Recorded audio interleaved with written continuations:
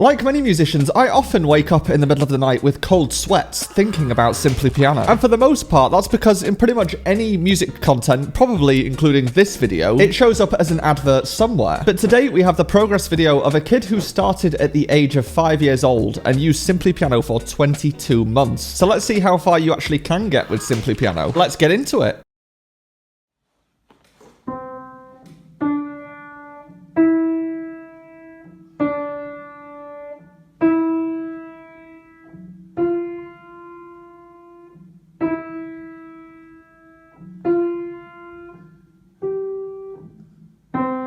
Nice. So it's actually really good at the age of 5 to be able to associate the notes with which key it is on the piano. There are two things that I would say though if I happen to be teaching Paz. I think Paz is his name. If you've got your hand over one hand position, so you've got one finger on each consecutive note, then you shouldn't need to keep looking at the keys. So I would probably play some kind of game with Paz, because obviously he's only 5, to try and get him to keep his eyes on the page and following the notes rather than keeping looking down to find the note with his hand. The second thing I would try and get him to do is to try and join the notes up, and that is for two reasons. Firstly, if you separate the notes like this, then you're kind of missing an opportunity to practice controlling your fingers and swapping from one key to the next. But also, you're not practicing the length of the notes, the actual rhythm of the notes that you're playing. So it'd probably be quite useful to get him to count out loud and try and join the notes. So 1, 2, 3, 4, for example, so that he knows that each of these notes are kind of one count, so that when he comes to play pieces of music, then he's already worked on note lengths and rhythms.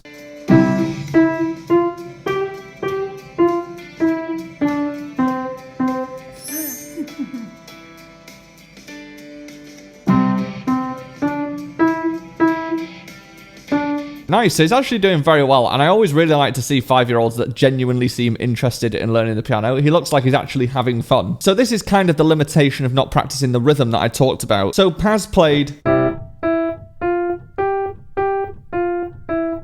and he's playing all of the notes at the same length, so they're all just short, kind of spiky notes, like staccato. But he is playing them at the right time, and that is probably because when you learn through an app, if you don't get to a note on time, then the music will stop and wait for you, which means that you learn when you're supposed to be playing the notes, but you don't really learn the actual note lengths.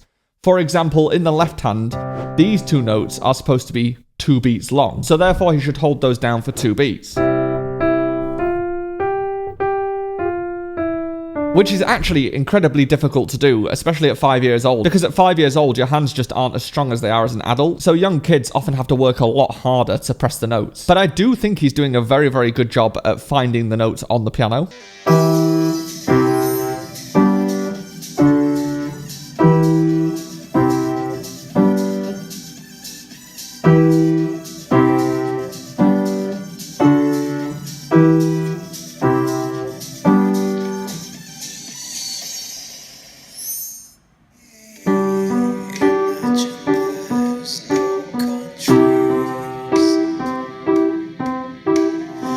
Yeah, it's very impressive. I mean, holding chord shapes like that, especially at the age of 5, is pretty incredible. Have you ever looked at a piece of music and felt like it's speaking a language that you don't fully understand? Learning to understand music is much like trying to understand any language. When you look at words on a page, the grammar, the words that are being used, the context, all tell you the story that's being told. And music is no different. So if you want to learn and truly understand the notes that are on the page, on the 29th of March 2025, I'm running a live online masterclass called The Art of Understanding Music, where I'll show you what features in the music tell us how the music feels. And I'll show you how to translate notes to narrative so that you can play in a way that connects with people. So if you want to reserve a spot, check it out with the link in the description. It's interesting to me that Simply Piano still hasn't introduced the concept of time signatures. I like the fact that it's introduced the idea of chords, but to introduce that before counting is kind of unusual.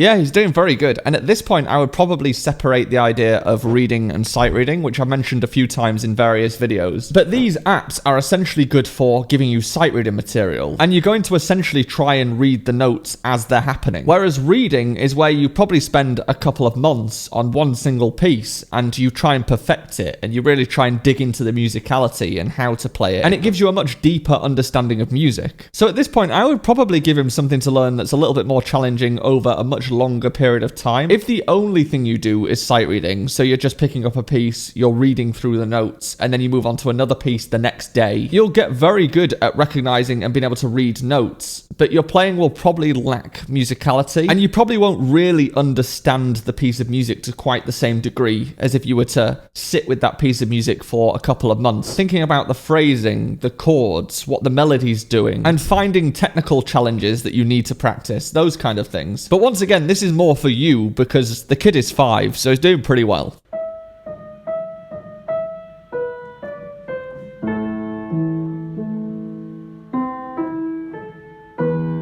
Wow, that's quite the jump, going from not reading any rhythms and playing hands separately to just a couple of months later playing Fur Elise, which has a load of accidentals in it, so sharps and flats written into the piece of music, and a time signature of 3/8. That is quite the jump.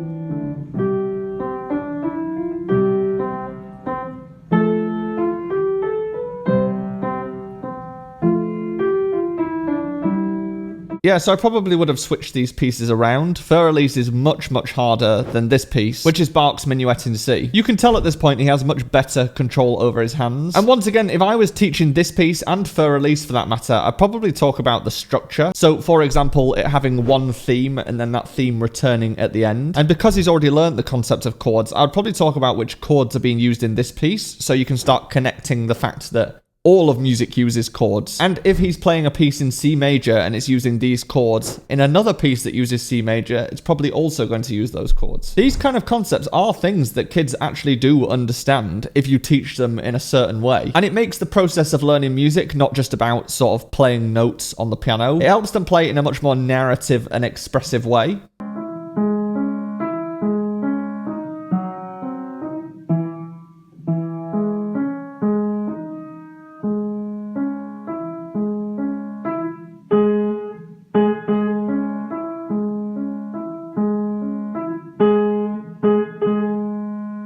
Yeah, this is the difficult thing as a 5-year-old when you've got tiny hands. Reaching an octave is difficult, so it does kind of make some pieces like this very difficult to play. So obviously for this one, he doesn't have the sheet music in front of him, so he's obviously learnt this via ear or by watching someone play it or something like that, or he might have learnt it from the sheet music and then memorized it. But once again, I would say that this piece is probably even more difficult than Fur Elise. It's in C sharp minor. It's got a lot of interesting chords in there, and it's kind of much more advantageous to learn this piece once you understand those things, because once you understand those certain concepts, then it really does give you like aha moments when you're reading the piece of music. For example, there's 2 bars in Moonlight Sonata where it goes from E minor to E major, and you can really hear the music brighten. So if you understand what an E minor chord is and an E major chord is and the difference between the two and how they kind of change the character and the mood of the piece of music, then that's going to be much better than reading through the piece of music and kind of missing all of those things.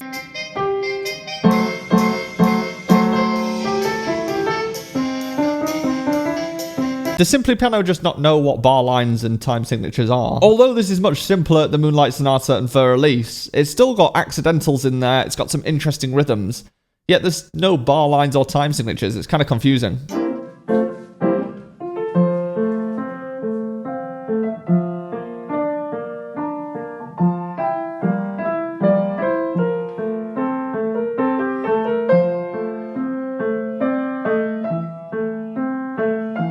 Very nice. I mean, it's really impressive. Not a lot of kids at that age can play that well. Once again, if I was teaching him, I'd probably try and get him to keep his eyes on the page, but, you know, he's playing very, very well. It's really about finding that line, because not everything that you're going to do when learning the piano is going to be absolutely optimal for learning. And it is much more important, especially when he's young like this, to kind of enjoy learning the instrument rather than trying to optimize the process too much. But that's why it's important to get a good teacher that's not going to like hit you with a ruler if you get something wrong. A good teacher is way, way better than Simply Piano, but Simply Piano is better than a bad teacher.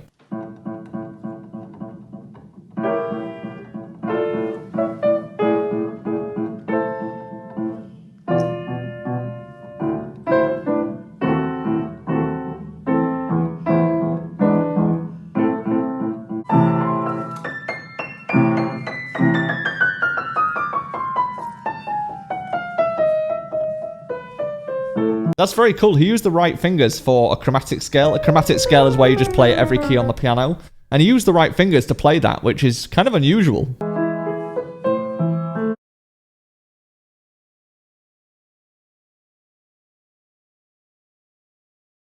Ah, so this is where he gets piano lessons. So I'll be interested to see how that affects his progress.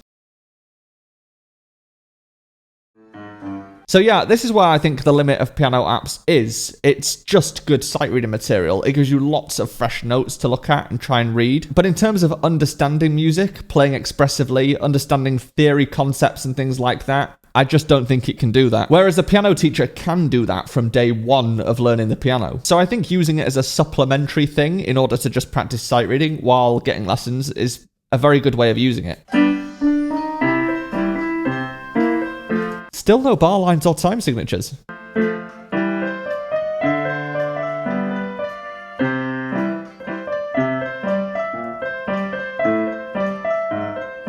I think I actually can see bar lines, they're just very faint.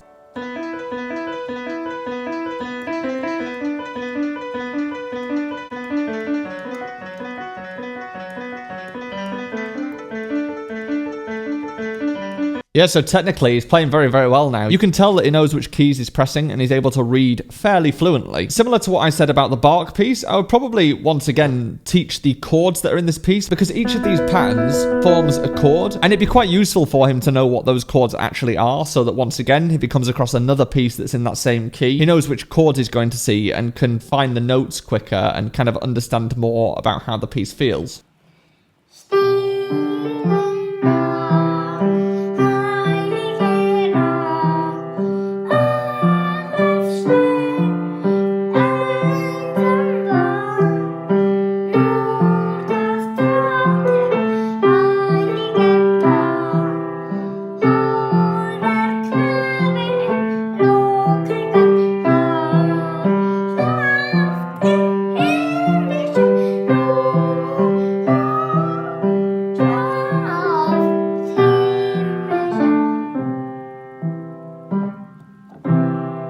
I mean, I wish I could play like that when I was 6. I think he'll be 6 now, 13 months into playing.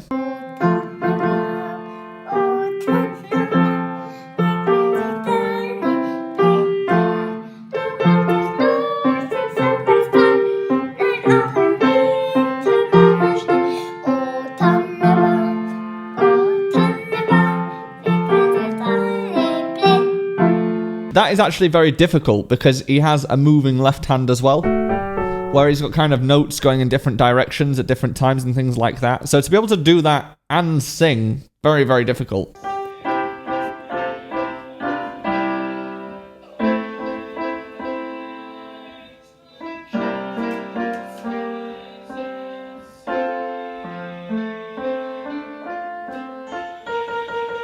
I mean, Bohemian Rhapsody is an absolute classic. I think this is also why, although adults are able to learn the piano just as well as kids, and there's lots of reasons for that. For example, adults have more emotional intelligence, and emotional intelligence is needed to play the piano. I think for kids, sitting down and doing something like this for fun, for hours, is what really makes the difference. I mean, you can imagine that after 10 years of playing, when he's still only 15, there's no doubt that he will be making some pieces that are incredibly difficult sound incredibly easy. But that will have been the accumulation of 10 years of just sitting at the piano every day and playing for fun.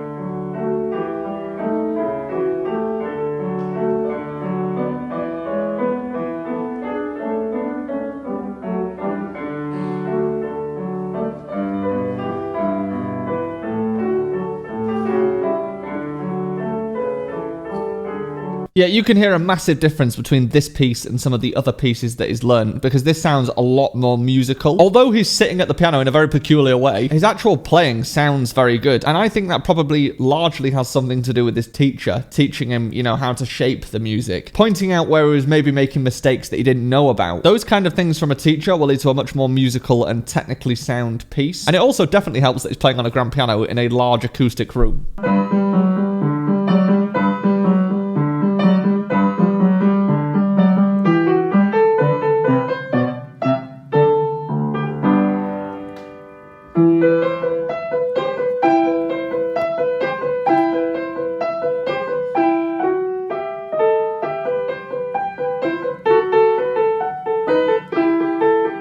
Yeah, so once again, you can definitely tell that he's worked through this piece with the teacher, because in the left hand, for example, he's getting staccato low notes and then kind of legato high notes, staccato being short and detached and legato being more connected. Also, when the music moved to a minor section, he kind of changed the way that he was playing it to make it feel slightly darker or more minor. And once again, that's probably a teacher's influence, showing him how to characterize the piece based on what's happening in the music. But obviously, a teacher can only point things out and explain things to you. All of the hard work and practice had to be done by Paz. And because this is 5 years ago, no doubt he's much, much better now.